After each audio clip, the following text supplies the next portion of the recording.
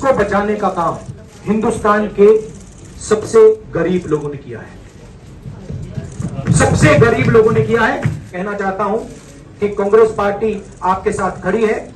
जो हमने आपको वायदे किए थे, हम वो वायदे आपके लिए पूरे करेंगे। जाति जनगणना, महालक्ष्मी, ये हमारे वायदे हैं।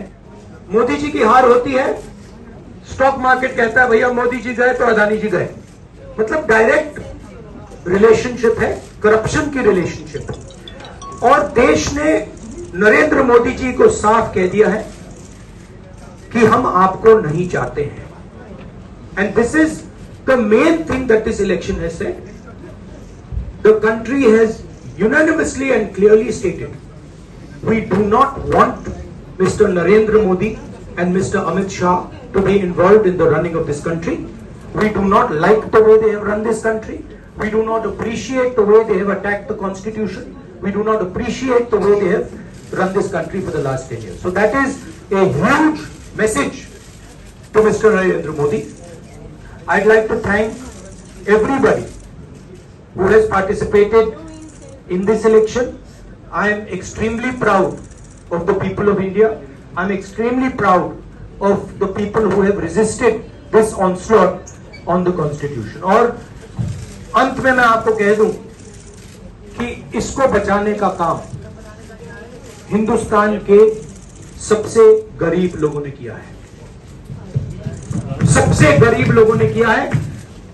मजदूरों ने किया है, किसानों ने किया है, दलितों ने किया है, आदिवासियों ने किया है, पिछड़ों ने किया है। इन लोगों ने इस कॉन्स्टिट्यूशन को बचाया है। इस कॉन्स्टिट्यूशन, ये कॉन्स्टिट्यूशन देश की आवाज है। बहुत सारे लोग ने इसको नहीं बचाया, चुप रह गए थे, मगर हिंदुस्तान के सबसे गरीब लोग, सबसे कमजोर लोग खड़े हो गए और उन्होंने इस कॉन्स्टिट्यूशन को बचाया। मैं उनका धन्यवाद करना चाहता हूं, उनसे कहना चाहता हूं कि कांग्रेस पार्टी आपके साथ खड़ी है। जो हमने आपको वायदे किए थे, हम वो वायदे आपके लिए पूरे करेंगे। जाति जनगणना, महालक्ष्मी, ये हमारे वायदे हैं। धन्यवाद। सर, आप ये कह रहे हैं कि ये हिंदुस्तान के गरीब की जीत है, संविधान बचाने की जीत है। तो अगर आप लोग विपक्ष में बैठते हैं और सरकार बनाने की पहल नहीं करते हैं, क्योंकि नंबर एनडीए और इंडिया अलायंस को तो ज्यादा नहीं है, और अगर पहल नहीं करते हैं तो कैसे उनको आप जो है आगे उनका हक दिलाने के लिए आगे आ पाएंगे? वही सवाल आप मतलब दूसरे तरीके से पूछ रहे हो। कल डिसाइड होगा, इंडिया गठबंधन की मीटिंग है, कल हमारा अलायंस डिसाइड करेगा। बड़ी फाइन लाइन है, तो जो इंडिया गठबंधन डिसाइड करेगा उस पर हम एक्शन लेंगे।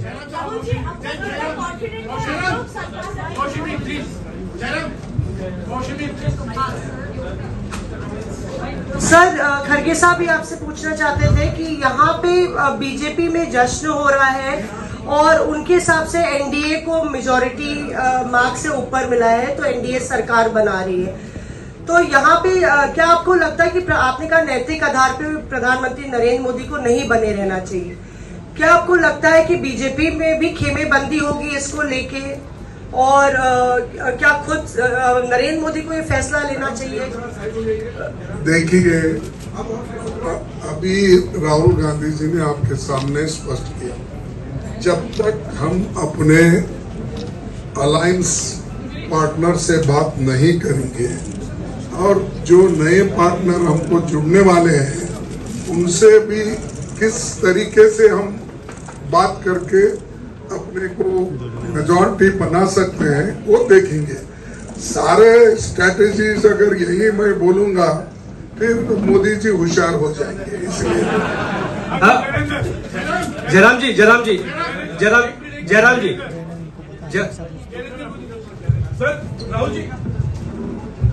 राहुल जी, खड़गे साहब ने कहा कि हम जनादेश को स्वीकार करते हैं। जनादेश इंडिया गठबंधन के लिए क्या है? विपक्ष में बैठने के लिए या सरकार बनाने की कोशिश करने के लिए? और आप दोनों सीटों से जीते हैं, बधाई। आप कौन सी सीट रखने वाले? नहीं, सब दोनों सीटों से जीता हूं और रायबरेली और वायनाड के जो वोटर्स हैं उनका दिल से धन्यवाद करना चाहता हूं। अब डिसाइड करना है कौन सी सीट पे मैं रहूंगा, थोड़ा पूछूंगा तो फिर डिसाइड करूंगा। दोनों सीटों में तो नहीं रह सकता हूं, बट अभी डिसाइड नहीं किया है।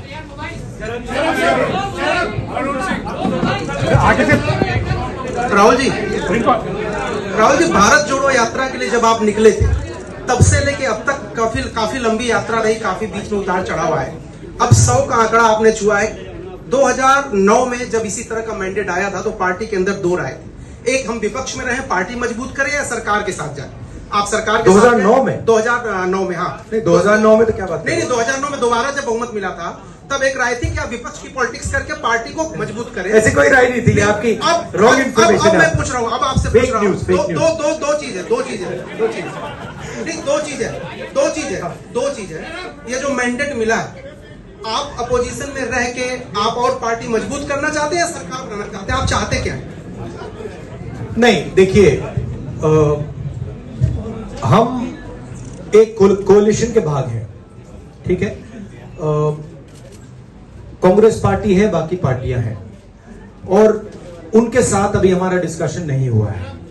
हमने, भैया शांत हो जाए, हमने उनसे कहा था, इंडिया पार्टनर से कहा था कि चुनाव के बाद 5 तारीख को हमारी मीटिंग होगी और उस मीटिंग में हम ये जो सवाल है इसको डिसाइड करेंगे। तो सचमुच में इस सवाल का जवाब आज हमारे पास है नहीं, कल होगा।